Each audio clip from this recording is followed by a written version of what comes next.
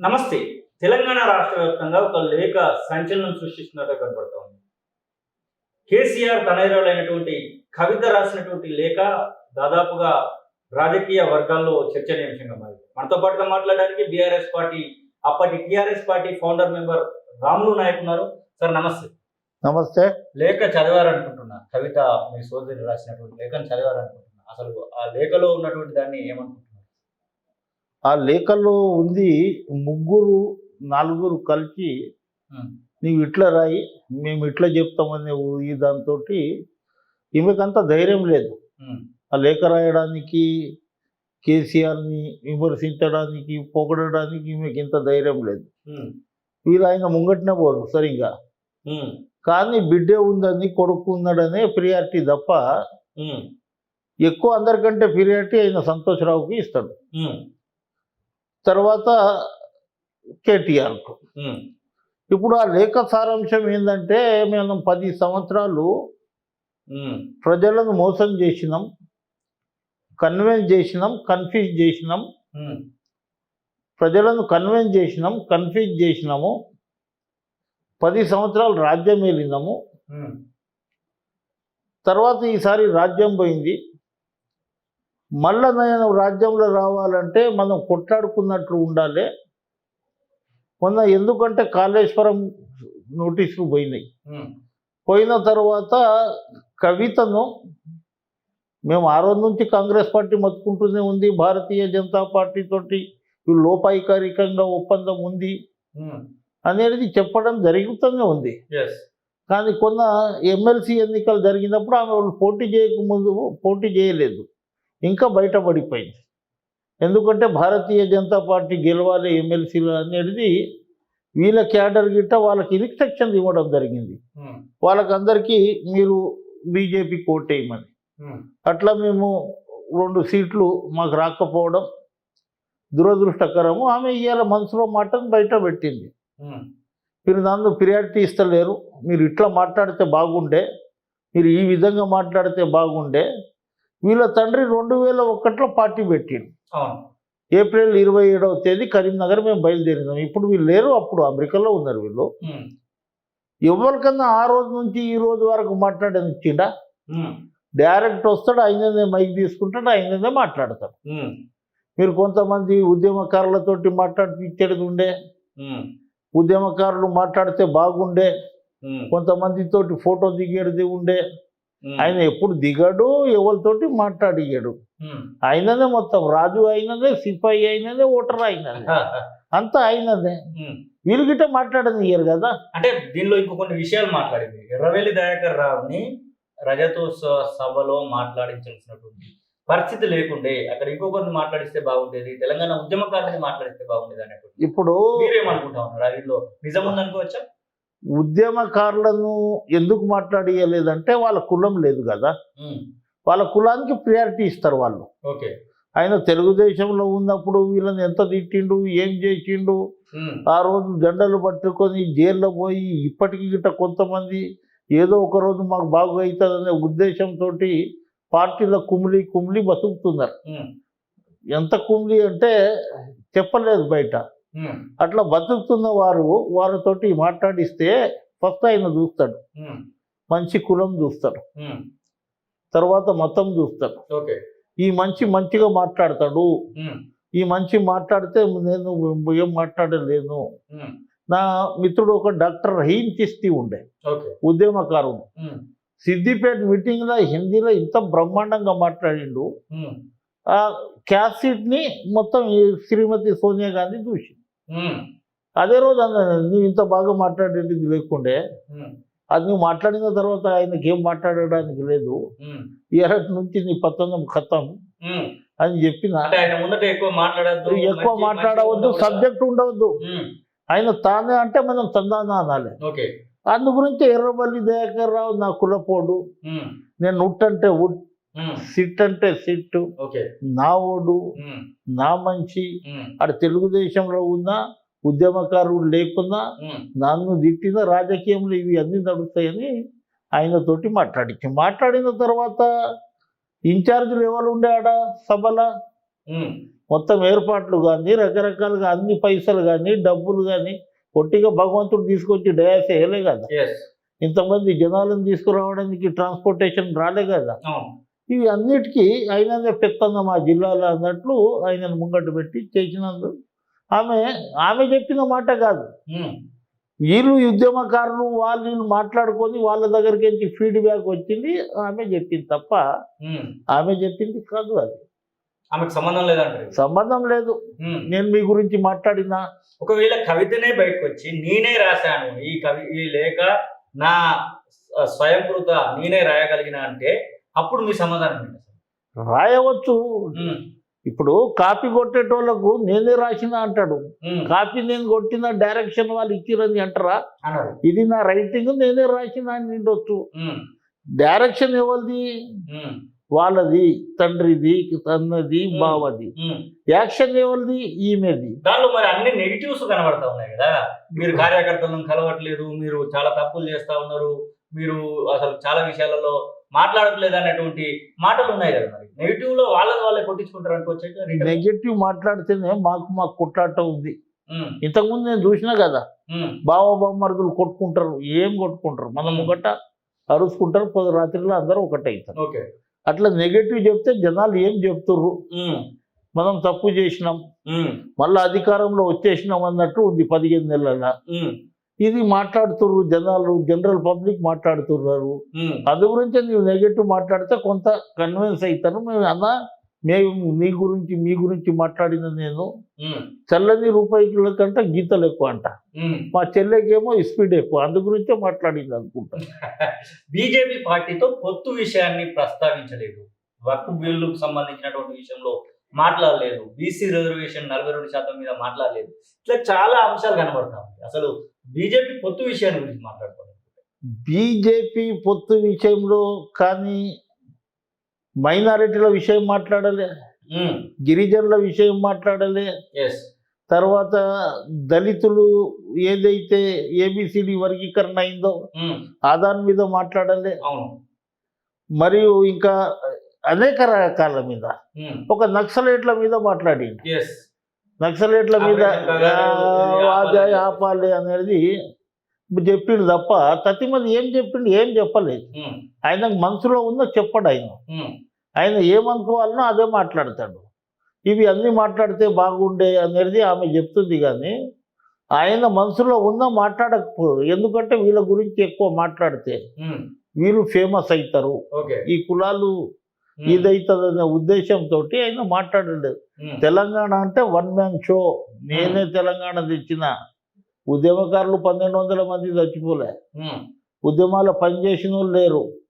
నేనే చావు నోట్లో పోయినా, సోనియా గాంధీ నొప్పించిన, పార్లమెంట్లో బిల్ పాస్ అయినప్పుడేమో ఒంటికాల మీద ఇంట్లో కూర్చున్నా, పార్లమెంట్ ఇన్ఛార్జిగా కేసీఆర్ ను గెలిపించినటువంటి ప్రథముడు గజ్వల్లో కేసీఆర్ గెలవడానికి అని చెప్పేసి అది నిజం కూడా. గజ్వల్లో మీరు ఇన్ఛార్జి ఉన్నప్పుడు కేసీఆర్ బిహేవియర్ ఎట్లుండేది? మీరు అక్కడ ఆ లోకల్లో ఉన్నటువంటి ఫీడ్బ్యాక్ ఇవ్వడానికి పోయినప్పుడు కానివ్వండి, మీతో ఎట్లాంటి డిస్కషన్ నడిచేది? అప్పుడు అధికారంలో రాలేదు. 2014 అని ఒక ఉద్యమ నాయకుడుగా, ఒక కార్యకర్తగా, కార్యకర్తల మీద తపన, కార్యకర్తల మీద ప్రేమ, కార్యకర్తలు మంచి ఇది చేసుకోవాలి. రేపు గవర్నమెంట్ వస్తే మన కార్యకర్తలను అకామిడేట్ చేయాలి, మీరు గవర్నమెంట్ కార్లో తిరగాలి, గవర్నమెంట్ డీజిల్ తోటి తిరగాలి అని చెప్పిండు.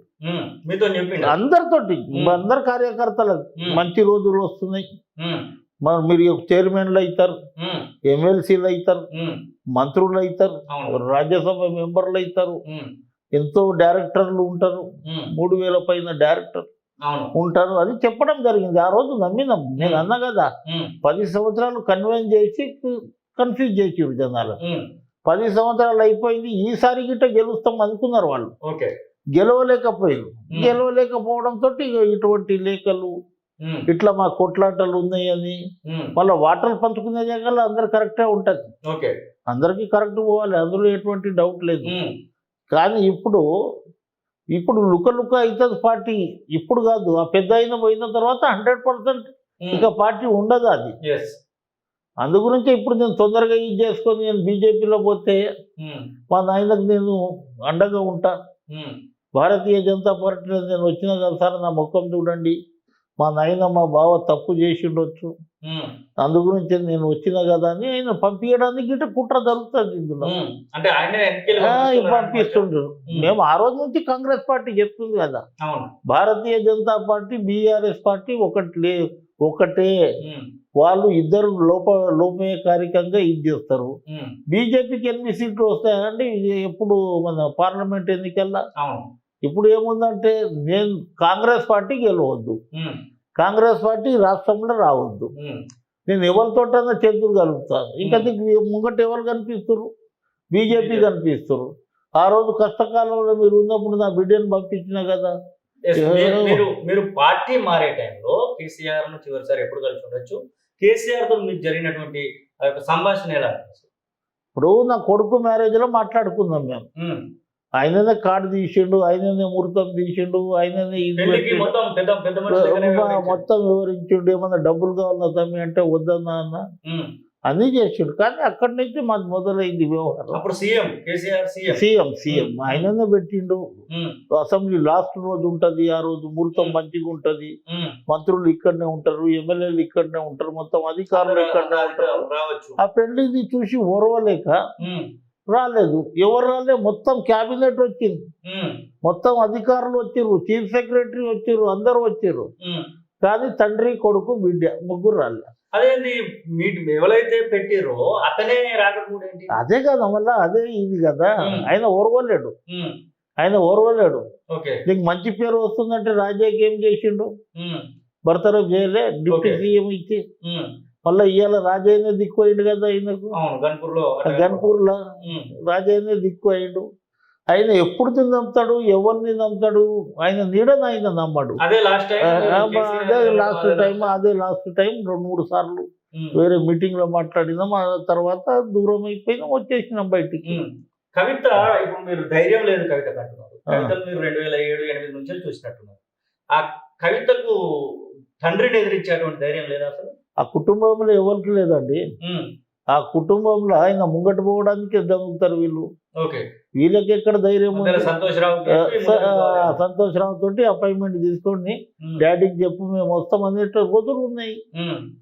వాళ్ళకి ఇంకా ఏముంది, మేము హాయిగా బతుకుతున్నాం, డబ్బుకు మేము ఇదే ఇస్తుంటాం. ఇలా మంచి బంగ్లాలు, ప్యాలెస్లు వచ్చినాయి, అన్ని వచ్చినాయి, అందరి దగ్గర డబ్బులు వచ్చినాయి. ఇప్పుడు ఏం రాలేదు వాళ్ళకు, మంత్రులు అయ్యారు, అంతా అయ్యారు.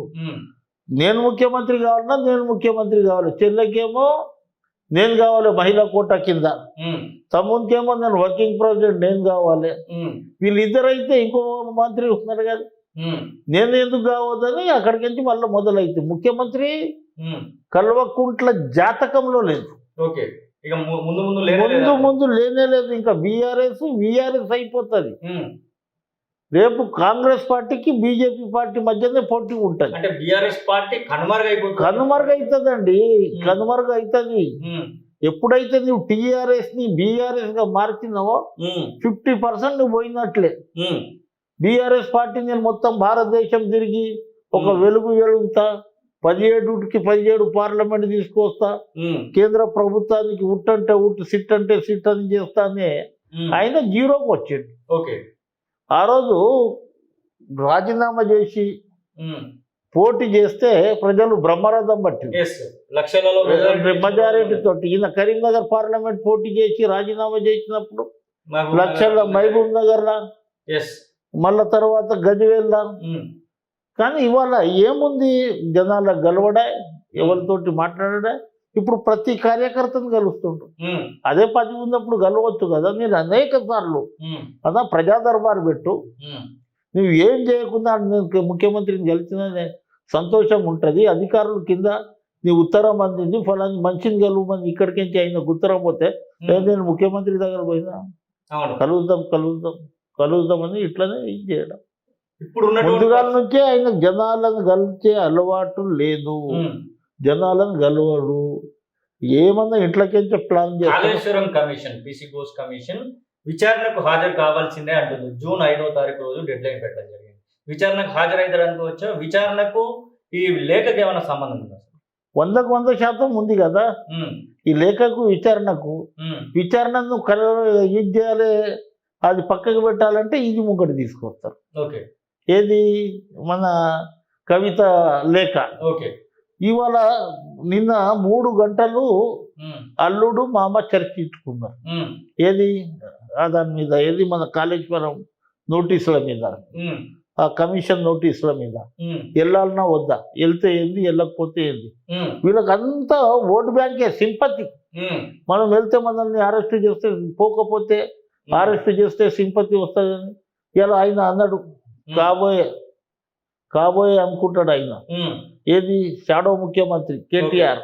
కాంగ్రెస్ వాళ్ళు అంటే కాళేశ్వరంకు ఆడ మేడిగడ్డకు బాంబులు పెడతారా అండి? ఎవరికన్నా ఇది ఉందా? ఏం బాంబులు పెట్టే ఒక రోజు వాళ్ళే అధికారంలో ఉన్నారు. మీరు సిమెంట్ మొత్తం ఇసుకతోటి గట్టిగా పర్రే బాస్తే కాలేదు. నాకు డౌట్ ఉంది, బాంబులు పెట్టిరు కాంగ్రెస్ వాళ్ళు అంటే. ఒక బాధ్యత గల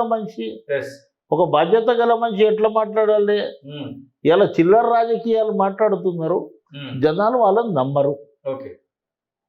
ఇప్పుడు ఉన్నటువంటి పరిస్థితులలో విచారణకు వస్తారా చెప్పండి? అది వాళ్ళ ఆధారం మీద ఆధారపడి ఉంటుంది. విచారణకు వస్తే వాళ్ళ గౌరవం పెరుగుతుంది. విచారణకు రాలేదు, మమ్మల్ని అరెస్ట్ చేసి తెగించుకొని మాకు సింపతి వస్తుందా అంటే వాళ్ళకే నష్టం జరుగుతుంది. ఇప్పుడు మనం పోలీసు వాళ్ళు 41 CRP ఇస్తారు మనకు. అయ్యా నీ మీద కంప్లైంట్ వచ్చింది, ఇట్లా ఉంది, నీ విచారణకు రా అంటాం. మనం పోకపోతే ఏం చేస్తాడు? అయితే FIR చేస్తాడు. ఆ విధంగానే వాళ్ళు ఆలోచన చేస్తారు. మనం పోకపోతే రేపు ఈ ఎలక్షన్లో అయ్యో పాపం కేసీఆర్కి చేసిరు, ఎంతోమంది తింటలేరు. ఇలా మొత్తం తెలంగాణ దివాలా తీసింది ఇవాళ ఆ కాళేశ్వరం ప్రాజెక్టులతో.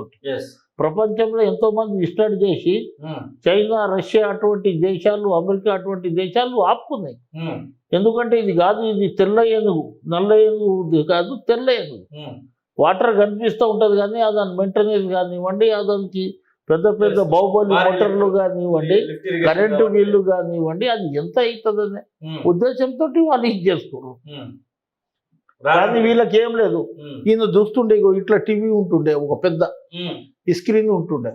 సార్ అక్కడ గుర్తుంటుండే నా చీర దగ్గర, ఇగో కాళేశ్వరం, ఈడికెంచి ఆడబోతాయి నీళ్ళు, ఆడికెంచి ఇట్లా వస్తాయి, ఈడికెంచి ఎంత దూరం పోతాయి, ఆడికెంచి ఇట్లా పోతుంది, ఈడికెంచి కింద దిగుతాయి. నేను ఒకసారి తిక్కదింగాను. అరే సార్, ఎక్కడన్నా ఇప్పుడు పండిత్ జవహర్లాల్ నెహ్రూ కట్టిండు, ఇందిరాగాంధీ కట్టింది ప్రాజెక్టులు. సర్రున్న నీళ్ళు జారితే ఈడ కట్ట కట్టుతారు. ఇది మనం బొక్కెంద తీస్తాం చూడు, కిందకు ఉన్నప్పుడు బావిలో బొక్కెంద వేసి నాటు వ్యవసాయం చేస్తుంటే మనం. ఇది 2 ఎడ్లను కట్టి బావిలో అది వేసి, అది గుంజి, అది పోయి, దాని తర్వాత అది చేనులకు పోతుండే. వీళ్ళకి ఇక్కడికెంచి ఈ ఎమ్మెల్యేలకు వీళ్ళకి సగం తెలియదు నాకు. అవును సార్ నేను బొక్కెంద లెక్క ఉంది అన్న అంటే, ఏంద్రా నువ్వు, నీకేం తెలియదు, ఏం తెలుసురా నీకు? ఈయనకే తెలియదు, ఈయనకే తెలియదు. వాడు ప్రొజెక్టర్ లో ఉంటుండే ఒక పోరడు, ఆ పేరేందో మర్చిపోయిందా, ఇట్లా సార్ ఇట్లా ఎక్కడన్నా ఇట్లా స్లో అయితే ఇక్కడ కట్టగడతాం, కిందికి తీస్తాం, డోర్లు వేసేస్తాం. ఈడికెంచి ఆడికెంచి ఇంట్లో లిఫ్ట్ చేసుకుంటా పోతే అది బొక్కింద అయిపోయింది. మళ్ళా దానికి ఒకటి BHL మోటార్, బాహుబలి మోటార్, అన్ని ఖర్చులే. కాళేశ్వరం తోటి ఎన్ని లక్షల ఎకరాలు మారింది ఒకసారి చెప్పమని. వాళ్ళే తీయాలి. ఏ ఇంజనీర్ మాట అయిందలే. ఇలా మీరు అంటారు కాళేశ్వరంలో హరిరామ్ని, ఒక ట్రైబల్ అబ్బాయిని మీరు అరెస్ట్ చేసిర్రు. ఓకే, నేను ఒప్పుకుంటా, ఆయన అవినీతి చేసిండు అనుకుందాం. ఎక్కడన్నా ఈ 10 సంవత్సరాల్లో హరిరామ్ పేరు వచ్చిందా? రాలేదు, ఎక్కడ కనబడలేదు. మెగా కృష్ణారెడ్డి, హరీష్ రావు, తర్వాత కేసీఆర్. అందు గురించే నోటీసులు ఇచ్చి వాళ్ళని అరెస్ట్ చేయాలి. ఇప్పుడు చిన్న పిట్టలను పడితే కాదు, పెద్ద తిరిమింగళాలను పట్టాలి. కాంగ్రెస్ పార్టీలో ఉన్నారు, అది గుర్తుపెట్టుకోవాలి. మరి కాంగ్రెస్ పార్టీలో ఉండి ఇప్పుడు మీరు అరెస్ట్ చేయాలనుకుంటున్నాం. ఎవరిని? కేసీఆర్ని, హరీష్ రావుని అరెస్ట్ చేయమంటున్నాం. ముఖ్యమంత్రి చెప్తున్నారా? ఇప్పుడు ఉన్నటువంటి తెలంగాణ రాష్ట్ర ముఖ్యమంత్రి చెప్తా ఉన్నారా? అది చట్టం చెప్తుంది కదబ్బా. ముఖ్యమంత్రి ఏం చేస్తాడు? ముఖ్యమంత్రి కమిషన్ వేసిండు. Yes, కమిషన్ పని కమిషన్ decision పని చేస్తుంది. ఉమ్, ముఖ్యమంత్రి ఏం పోలీస్ కమిషనర్ కాదు కదా. కాదు. పోలీస్ వ్యవస్థ ఉంది, చట్టం ఉంది. ఉమ్, ముఖ్యమంత్రి చేయమంటే చేస్తారు, ఆగమంటే ఆగుతారు. లేదు. అట్లా ఉమ్, అది దాని పని అది చేస్తుంది. ముఖ్యమంత్రికి ప్రతిదీ ముఖ్యమంత్రిని అరెస్ట్ చేయమను, దమ్ముంటే చూడమను ఉమ్, అంటే ముఖ్యమంత్రి చేయాలన్నా ప్రతిదీ. yes, కమిషన్ నడుస్తుంది. కమిషన్ నడుస్తుంది. కమిషన్ ఏ రిపోర్ట్ ఇస్తుందో ఉమ్, కమిషన్ పోలీసు వాళ్ళకి చెప్తుంది. అవును. ముఖ్యమంత్రి జవాన్లకు పంపిస్తాడా, లేదు. ఎస్ఐలకు పంపిస్తాడా? పోలీస్ డిపార్ట్మెంట్ దాన్ని చూసుకుంటుంది. ఆ పెద్ద ఆయన ఉన్నాడు, ఉమ్, జర చూసి తీసుకోపోండి అని చెప్తాడు. అంతే చెప్తాడు కానీ ఎందుకంటే కాలు గిట్ట ఇరిగిపోగలది. ఇప్పుడు వినకపోతే అరెస్ట్ చేసేటప్పుడు పోలీసులకు కోపం వచ్చి అటు దౌడు మంది పడేస్తాడు. ఉమ్, ఎన్నిసార్లు మన దడుపులు పోలే అవును. అట్లా పడేస్తే సింపతి వస్తుంది అని అట్లా చెప్పగలుగుతాడు. కానీ ఉమ్, అరెస్ట్ చేపిస్తాడా? కేటీఆర్ నీకు దమ్ముంటే అరెస్ట్ చేయి, ఉమ్, కవితమ్మ నీకు దమ్ముంటే అరెస్ట్ చేయి ఉమ్, అంటే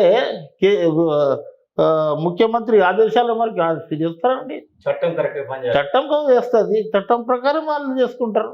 ఓకే, థ్యాంక్ యూ రాము నాయక్ అన్న. ఇది రాము నాయక్ చెప్తున్న మాటలు. కవితకు అంత ధైర్యం లేదు. దీని వెనకాల ఒక వారి స్కెచ్ అయితే ఉంది.